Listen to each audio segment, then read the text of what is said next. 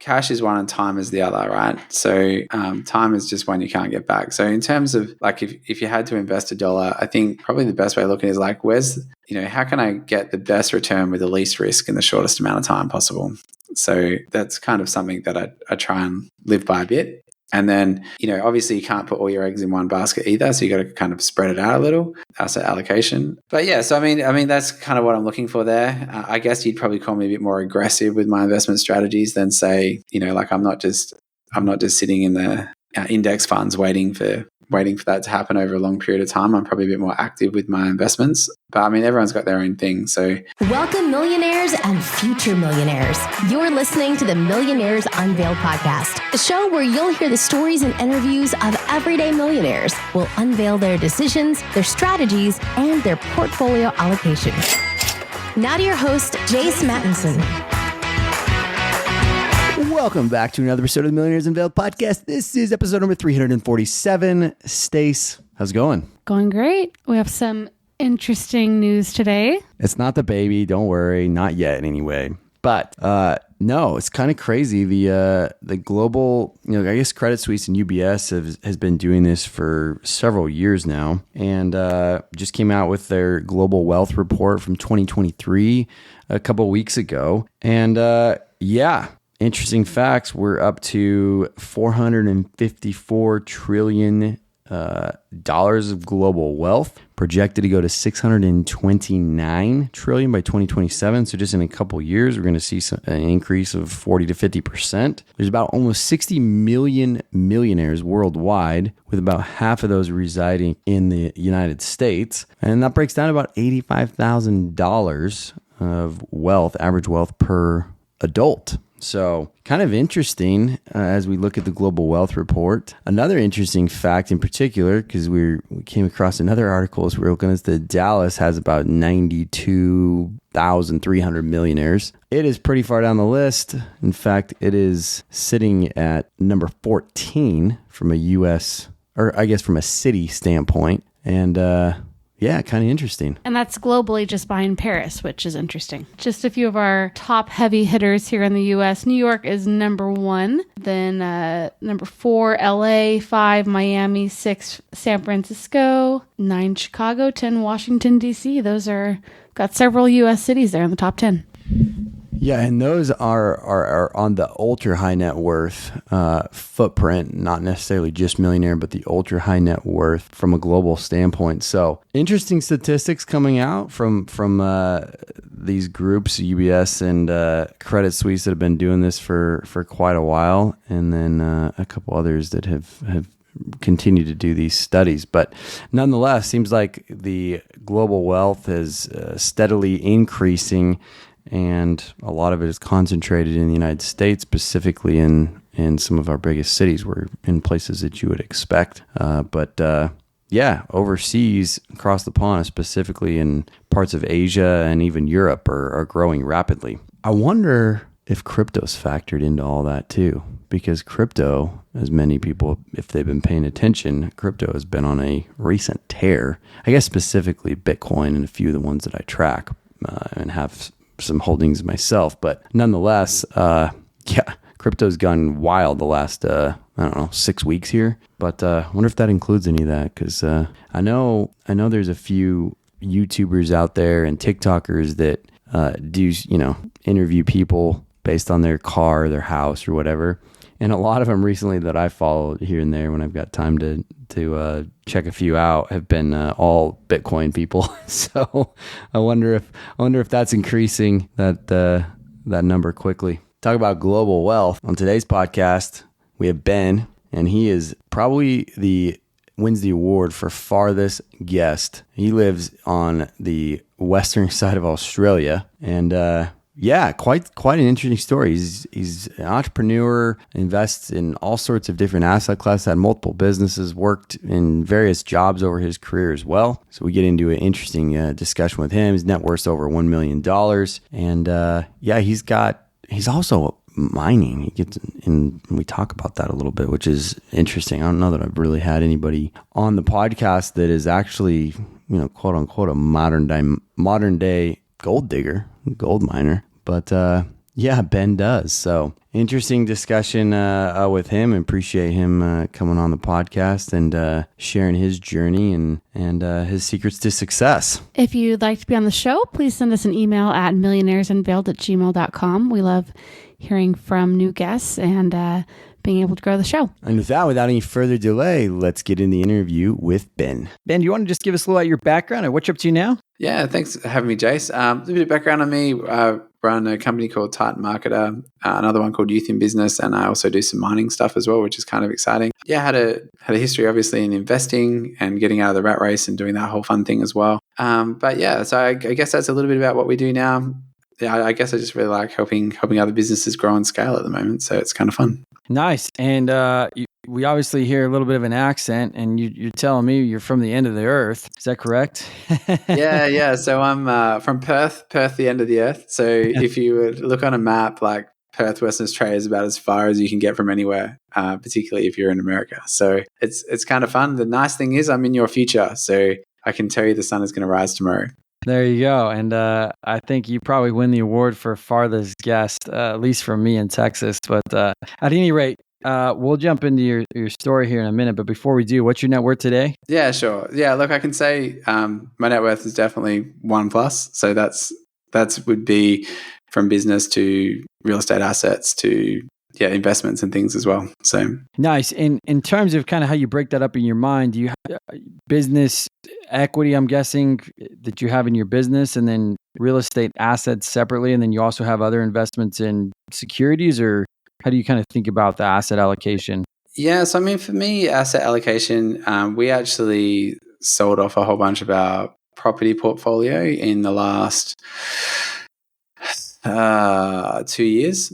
So we've sold off most of that, and I've actually got into acquiring mining ground, which is pretty interesting. So just to give you a bit of a background on that, so we pretty much moved a lot of our property assets into like ground that's ready to be mined for gold, which is kind of cool. That's probably a bit more advanced, but the last 2 years we probably acquired over 50 different mining tenements or something mental. So I'm pretty heavy into that space at the moment, and then we do have obviously these stocks and shares and more of the longer term investment play in that side of life. And business wise, business is kind of, it's cool and everything, but I don't claim, because that's always going up and down, right? So it'd be pretty hard to say, oh look, I think this business is worth over $1 million or whatever. I've literally generated millions of dollars in sales. I've had 7-figure businesses in revenue and things. So yeah, saying my net worth's over 1 is a pretty easy place for me to get to. So nice. So in terms of like the property you said you sold off, were those mainly like condos or single family rentals, or do you have multifamily? Or kind of give our listeners, specifically, majority of our listeners are in North America, but we do have those scattered across the world now at this point. Yeah. What is it like investing in your world, from a real estate standpoint? So I guess my journey in real estate kind of goes back to just before 2008. I just finished sort of traveling around a bit with my wife, and we'd come home and I was going to buy a property, and you buy an investment property, that's what everyone does, right? And we ended up buying one, but it fell through, and probably like a month later, the whole 2008 happened, and Lehman Brothers crashed, and the whole thing went mental. And I was like, oh, man, I actually know nothing about this. So, and it was dangerous because I lost like over $100,000 on that deal. So what I realized, like, I need to educate myself. So I went to a few property seminars, and I got involved with a few different property gurus, and probably spent well over 6 figures just on property education over the space of about 5 years, just different people. And what was really cool is we just started off with just doing a quick little like reno flip. That was like my first deal. And then we moved into doing, just single renovations, and then sort of subdivisions and small developments, and then all the way up to like multi-residential apartments, where we'd come in and we'd do like a strata subdivide, where we'd subdivide, like an existing block into single blocks and all of that. So yeah, I guess I have had and we've done little developments. We're building like, multiple homes in a setup. So yeah, I think I've had a bit of a journey there on the real estate side of space, which was really cool. And, got right into the whole positive geared side of it as well, which was great. And, everything from flips to that. So I think like learning the space is really, really cool to do. And that, like, from there I sort of transitioned into business sort of after I'd got most of that done and out of my system. And and that's probably where I learned more about like, return on cash, and I can get a way better return on cash in business than I can in property. So so that was kind of my journey there. Yeah, I want to come back to that concept on returning cash, but before we do, I want to kind of back up to something you said. So 2008, you lost $100,000 on that first deal. I nearly did. Yeah, I nearly lost $100,000. Nearly. So I had the You offer saved it. in. Okay. Yeah, I had the offer in, and it was all ready to go, but the buyer pulled out at like the last minute. Like it was signed and everything, and they're like, "Oh no, we want to move in now." It kind of killed me at the time, but it was like a pretty big blessing. Had it, literally like 2 weeks later. So Wow. Yeah. So you didn't lose right off the bat, but it was close. It was very close. That still gave you enough confidence to kind of keep rolling in real estate then. Yeah, well, I think you can learn from your mistakes. I think for me it was like, hey, look, that's going to be real expensive. Like that could have ended really badly. And I had to sort of look at where I was getting my advice from. I was getting my advice from like other people who I was working with who had 1 or 2 real estate properties, but hadn't really figured out how to like, live off that, if that makes sense. So yeah, obviously I had to just go get better advice from people who had already done what I wanted to do.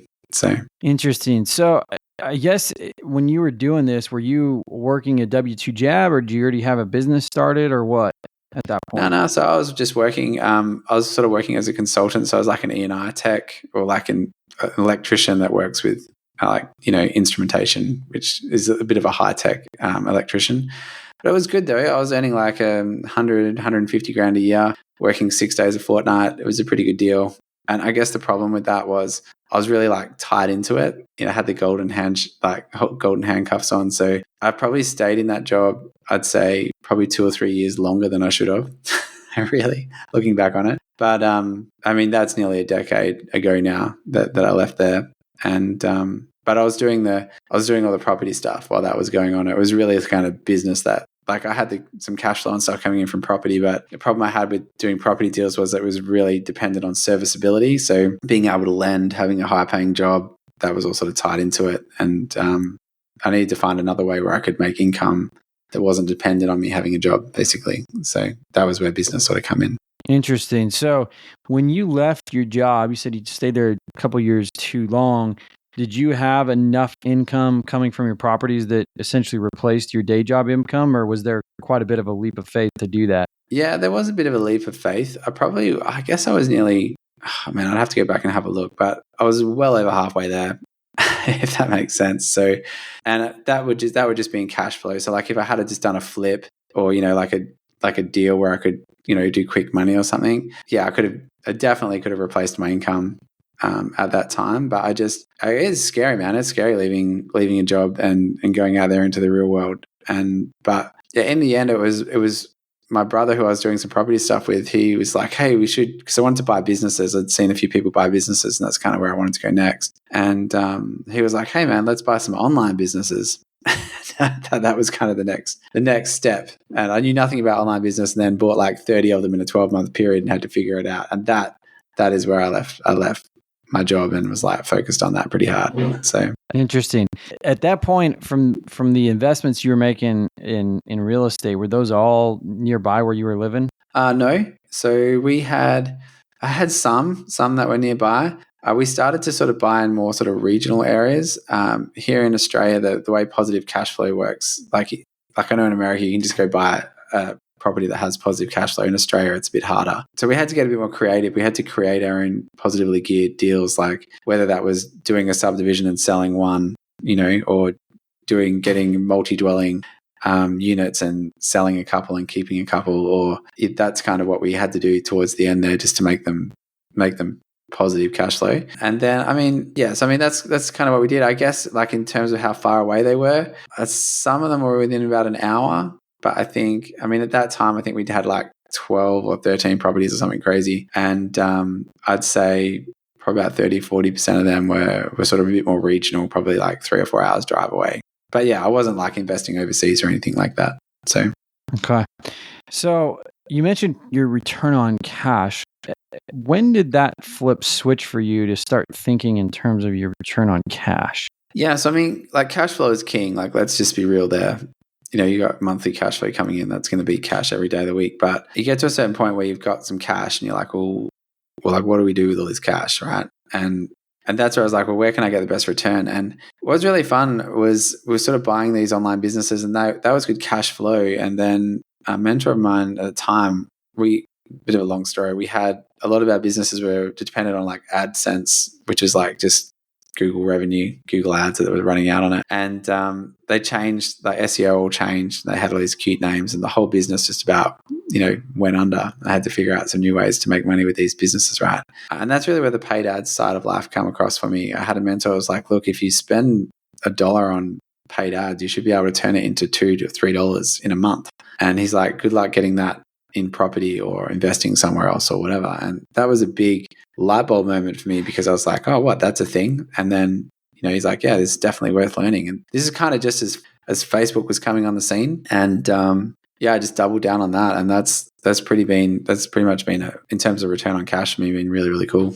So interesting. So in terms of everything that you do now, do you look at it through the lens of what's your return on cash, whether it's in online business, whether it's your current business, or whether it's deciding to take, cash out of your business and take some chips off the table, so to speak, and invest in, these mines that we will discuss here in a minute, or something else? Yeah. So I think, I think there's probably two parts to that. Like cash is one and time is the other, right? So time is just one you can't get back. So in terms of like, if you had to invest $1, I think probably the best way of looking is like, how can I get the best return with the least risk in the shortest amount of time possible? So that's kind of something that I try and live by a bit. And then, obviously you can't put all your eggs in one basket either. So you got to kind of spread it out a little, asset allocation. But yeah, so I mean, that's kind of what I'm looking for there. I guess you'd probably call me a bit more aggressive with my investment strategies than say, like I'm not just sitting in the index funds waiting for that to happen over a long period of time. I'm probably a bit more active with my investments. But I mean, everyone's got their own thing. So yeah, so for me, I'm probably looking for that. Like, what's the least risk in the shortest amount of time with the least amount of effort? For the investments would kind of be some of my rules. Stace, name some business partners that have really got it done. Procter & Gamble. Ben & Jerry. Supply and Demand. Salt and Pepper. Peanut Butter and Jelly. What about the perfect partners when it comes to growing your business? That's Shopify. That's right. That's you and Shopify. Shopify is the global commerce platform that helps you sell at every stage of your business. From the launch your online shop stage to the first real life store stage, all the way to did we just hit 1 million orders stage. Shopify's there to help you grow. Whether you're selling shipping supplies or promoting productivity programs, Shopify helps you sell everywhere. From their all-in-one e-commerce platform to their in-person POS system, wherever and whatever you're selling, Shopify's got you covered. Shopify helps you turn browsers into buyers with the internet's best converting checkout, up to 36% better compared to the leading commerce platforms. And sell more with less, thanks to Shopify Magic, your AI-powered all-star. What I love about Shopify is no matter how big you want to grow, Shopify gives you everything you need to take control and take your business to the next level. Shopify powers 10% of all e-commerce in the United States, and Shopify is the global force behind Allbirds, Rothy's, Brooklinen, and millions of other entrepreneurs of every size across 175 countries. Sign up for a $1 per month trial period at shopify.com/unveiled. All lowercase. Go to shopify.com/unveiled. That's shopify.com/unveiled. And thanks again to Shopify for supporting today's episode. Is there any formula that you use to, essentially take those chips off the table and make those longer term investments versus, what your return on cash may be, in your business, for example, where you've determined that it may be the highest at this point there? Yeah, I guess for me, like it's always a bit of a learning curve, right? Like I've made a lot of mistakes along the way.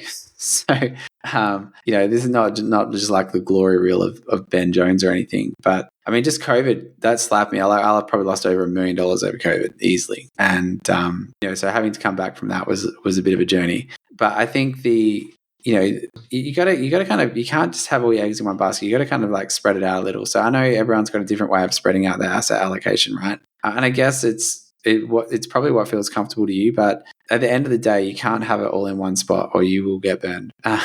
So at some point along the line. So yeah, I mean, we used to do like, just something basic. You could do property, do some index funds or some shares or some blue chip shares or something like that. Break it up a bit with bonds if you really wanted to go that way. And then, you got your precious metals and things that you can put in. I'm not going to break down a set percentage because I think that's just cause for 1,000 people to attack you online on how to deal with your asset allocation. And everyone's got a different way of doing it. And I guess everyone's got a different risk profile, right? So like whatever works for you, but make sure that you're not. You can be all in one place at the beginning, but once you got a bit of cash, you got to kind of spread it out a little, right? So, is there a rule of thumb you use for keeping, liquidity or cash on hand in general with your investment strategy? Yeah, I think it's good advice to have at least sort of 6 months of cash, like just on hand that does nothing that you can do, with rainy day money or FU money or whatever you want to call it. But I like to keep 6 to 12 months of just like cash that if anything goes wrong or whatever happens, you've got enough cash to, pay the bills, send your kids to school, put food on the table, start your next venture, do whatever you want to do and make it a comfortable 6 to 12 months, right? As a minimum. And I think it's different cycles, like, coming, when we were selling up our real estate portfolio, obviously we had a bit more cash around, right? So certain cycles of the market, you may be in a stronger cash position, or in times of uncertainty, you probably want a stronger cash position than say when everything's not so uncertain, right? So yeah, and it's kind of hard to have this interview and not give people financial advice, if that makes sense. So because I know that's fraught with danger. But yeah, I mean, for me personally, I think if you've got 6 to 12 months of cash on hand, and you've got if you're just starting out, you need to be aggressive to get up over 7 figures of cash, and then you can do something with it. But I probably wouldn't go. If you've got $50,000, I wouldn't be going and putting that across 5 different investment strategies because you just haven't got enough money to do anything with, right? So yeah, so I think there's a bit of a balance there, if that makes sense. So yeah, for sure. So let's switch gears and talk about these mines, because that's something very unique. After, gosh, I don't know, 6-7 years of doing this, I don't even know that I've ever had anybody bring that up. So, and this is probably a little bit different in your country than ours, but walk us through kind of the thought process of moving assets from, real estate into mines, and kind of what you've looked for and how that's kind of turned out for you at this point. Yeah, that's kind of been an interesting journey. So, I mean, going back over COVID, I had a business that was very dependent on events and travel and stuff like that. And we had to shut it down. It was just like a massive drama. And yeah, easily over that period, lost well over $1 million. So during that period, I was like, I couldn't fly. And Western Australia, where I lived, was like lockdown. You couldn't leave the state for like 18 months. It was just totally ridiculous.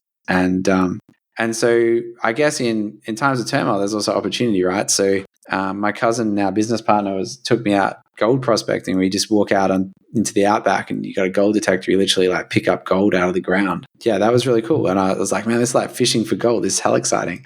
And he's like, oh, do you think we could start a business in it? I'm like, yeah, for sure. So, I mean, this is just an example of what you can do, right? So we ended up we wanted to hire detectors, couldn't. We started a detector hire company, which is just great for cash flow. Hire companies, great for cash flow, just quietly. So we did that, and that went really well. And then we were out detecting with like a mining lawyer, and he was like, oh yeah, you can get the ground and you can do all this stuff, and you can acquire the ground that the gold's in. And I was like, huh, how does that work? And then we just got into that. And I guess I was having this conversation with a friend of mine the other day. I was like, there's probably two strategies here. One is we're acquiring really good ground. And then as the gold price is going up, it's becoming more valuable. So we're starting to sell some of that ground now, and that's working quite well. Probably like you would in a real estate deal where you get a deal and you prove it up and then you'd sell it. It's similar. Like you get some ground, you do some testing and you prove it up and you sell it. So there's that strategy. And then the other one is we've actually just signed a mining contract and looking at another deal the other day of turning rich ground that has ore in it into income producing. So getting other people to come in and do the mining, and then just taking a percentage off the top and turning that into more a cash flow play. So yeah, so it's a bit more risky, if that makes sense, and there's a bit more moving parts than say your standard property. But yeah, we got into that pretty heavily over the past 2 years, and it's starting to look really cool. So, but we're just in the gold space. There's just so much to learn there, which is mental. But yeah, so it was just kind of one of those things that it started as a hobby. I could see that there was some money making opportunity there, and then we turned it into a whole business and investment arm, which we wouldn't have had if COVID didn't come along and smack me in another direction somewhere else. So yeah, it's just one of those things, I guess. So That's cool. So you're like, I guess, a modern day gold digger. yeah, literally. So yeah, it's really fun. So That's cool, man. yeah. So yeah, it's really fun. So where does Ben head from here? I mean, is there a target net worth or a target, cash flow goal that you're trying to hit at some point? Is from your business standpoint, you want to grow and have an exit, or where do you go from here?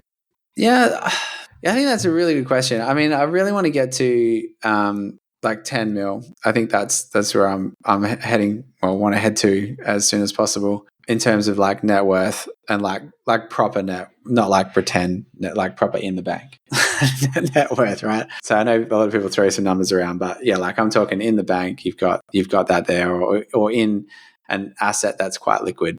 If you had to move it around, then you're good. So I guess like that's sort of where I want to head. We're actually just having a meeting today about like what we're doing for next year. So I guess for me, probably the two big focuses that I have is I want to sort of three actually. I really want to grow Titan, the Titan marketer, into like helping more businesses grow with paid ads, because that's kind of what really helped me grow and get out of the rat race. So I'm really passionate about that. So I'd like to turn that into sort of grow that from where that is now.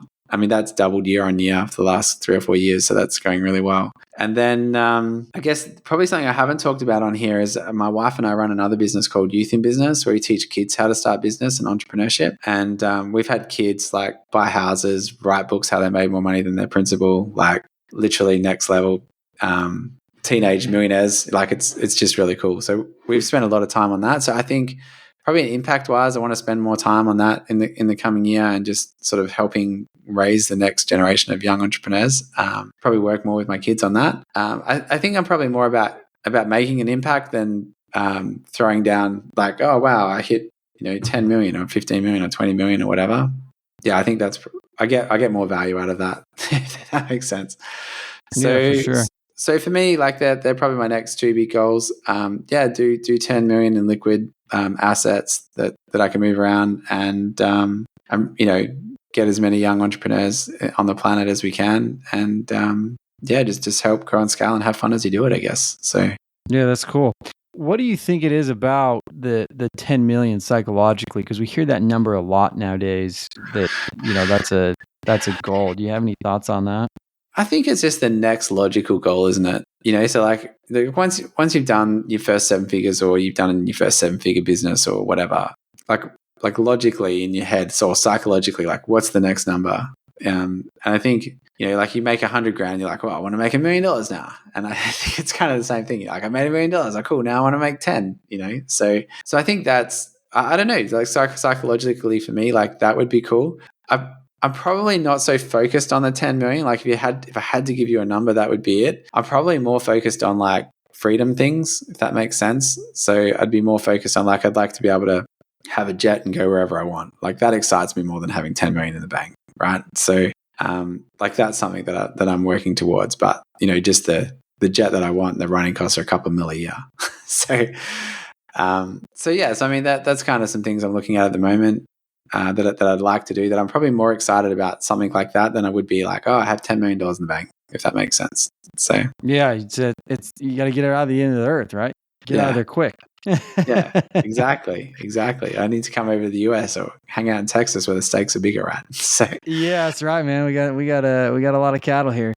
So in terms of like the impact and stuff, I mean, is there a way that you're able to measure that, or is it mainly just a feel good inspiration of doing what you're doing with that business and trying to inspire the next generation? Yeah, so we want to do 100,000 new young entrepreneurs next year.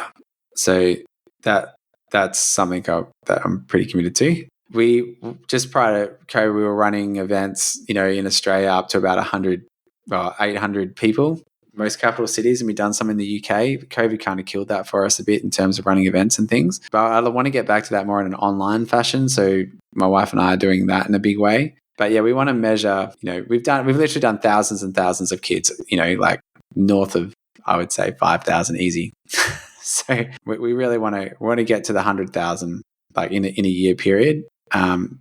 So to do that, we're just having a chat about that this morning about like, how would we do it? If we wanted to get to a big goal like that, what would that look like? And just starting to put some, and look, if I'm short on it, like let's say I only do 50 or 20 or something like that, then, that sucks. But I feel like that's still a good start in the right direction, right? So yeah, no, that's awesome. Very admirable for sure. Well, Austin, let's wrap up with a few rapid fire questions. What's the most expensive pair of shoes that you purchased? Most expensive shoes? I'm not really into expensive shoes, man. Like, I don't know, Skechers or Rockports or something. A couple $100, easy. Okay. What about the most expensive meal? Oh, like just single meal or as a group? Yeah, whatever you've paid for, I guess you and, a couple friends or a wife or, if you put on the company, that's probably a little different because sometimes you're buying several heads. I'd say we've done over $1,000 meal. Yeah, I've done that. So okay.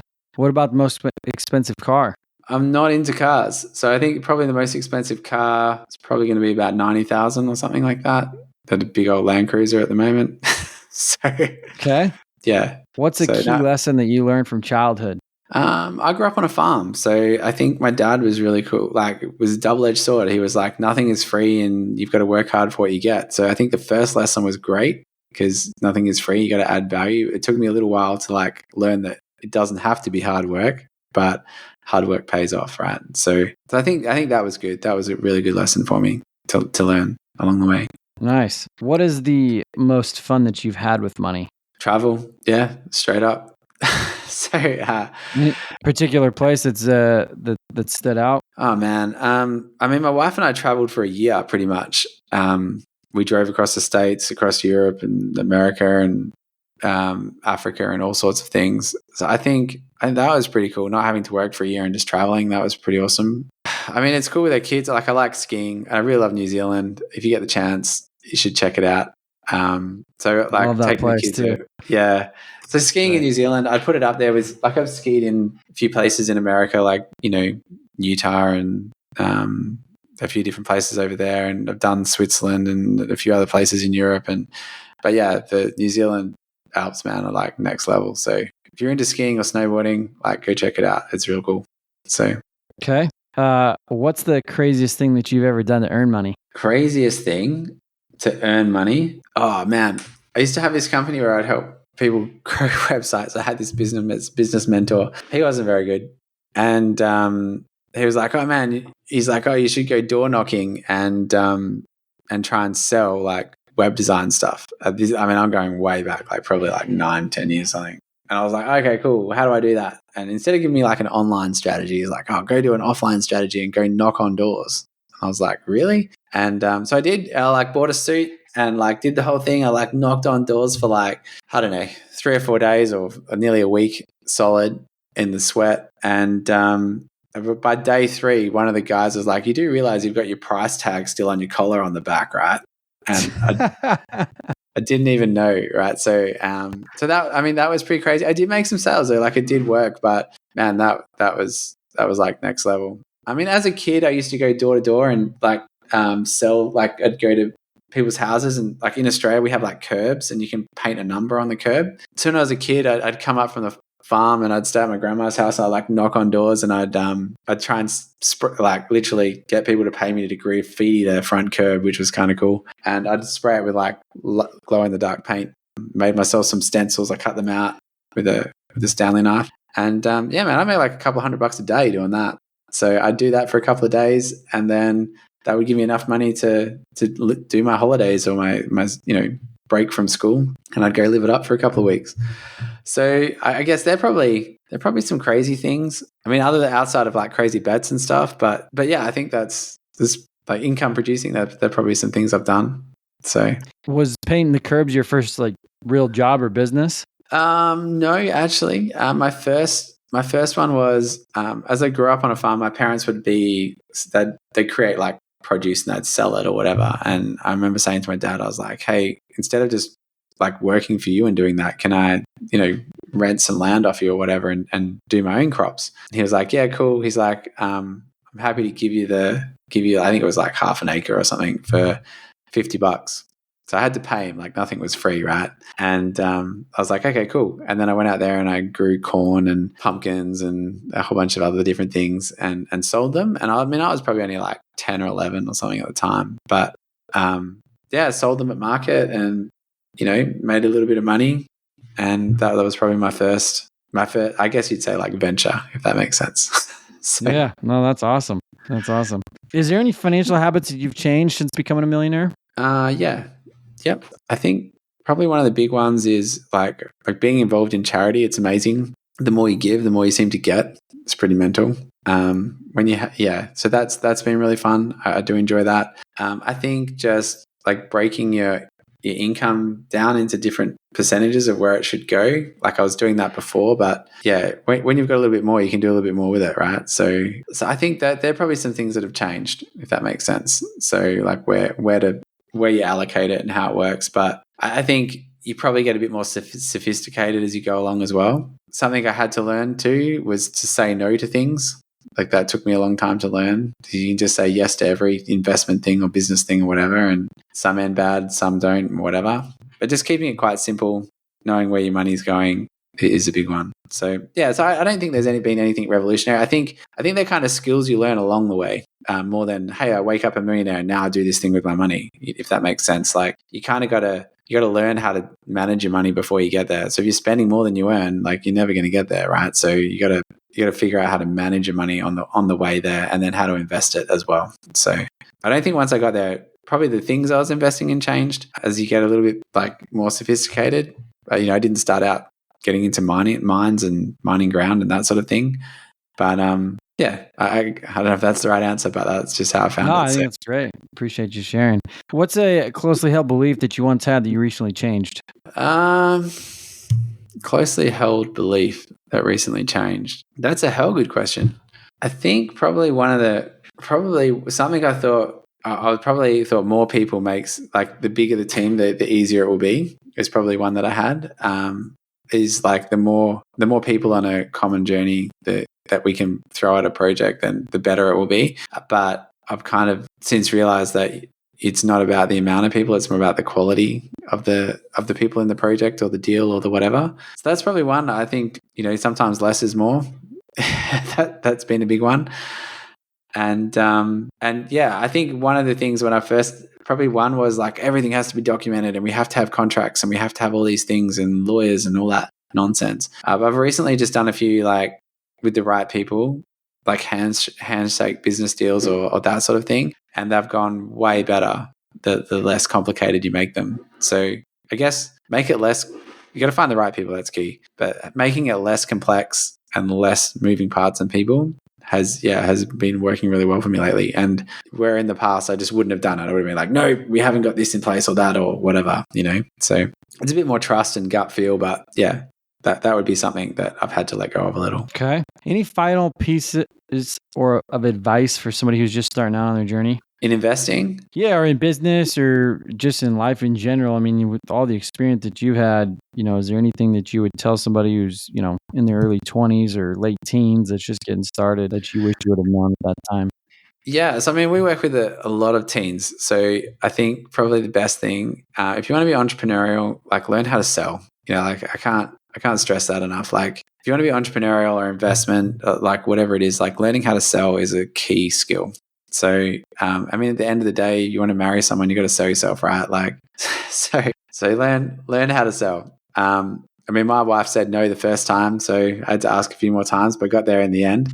And even if you suck at selling, like I did there, you can always get better, right? Like, and be okay at failing. So I think there's probably two things there. Like, make some mistakes, be okay with them. Don't beat yourself up. Everyone makes them.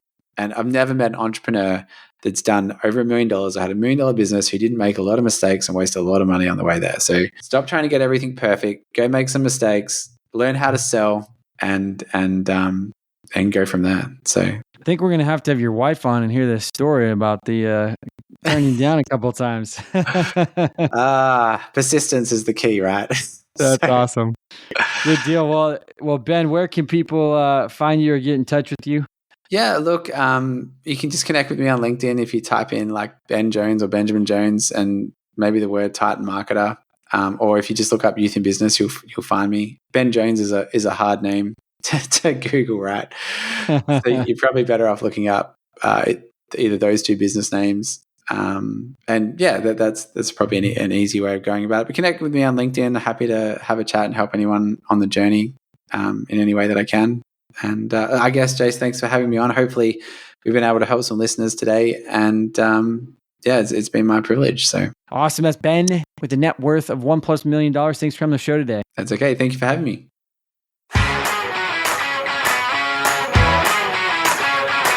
Thanks for listening to the Millionaires Unveiled podcast with Jace Mattinson. For more stories, investment opportunities, and information, check out our website, millionairesunveiled.com. See you next time when you'll hear from another everyday millionaire.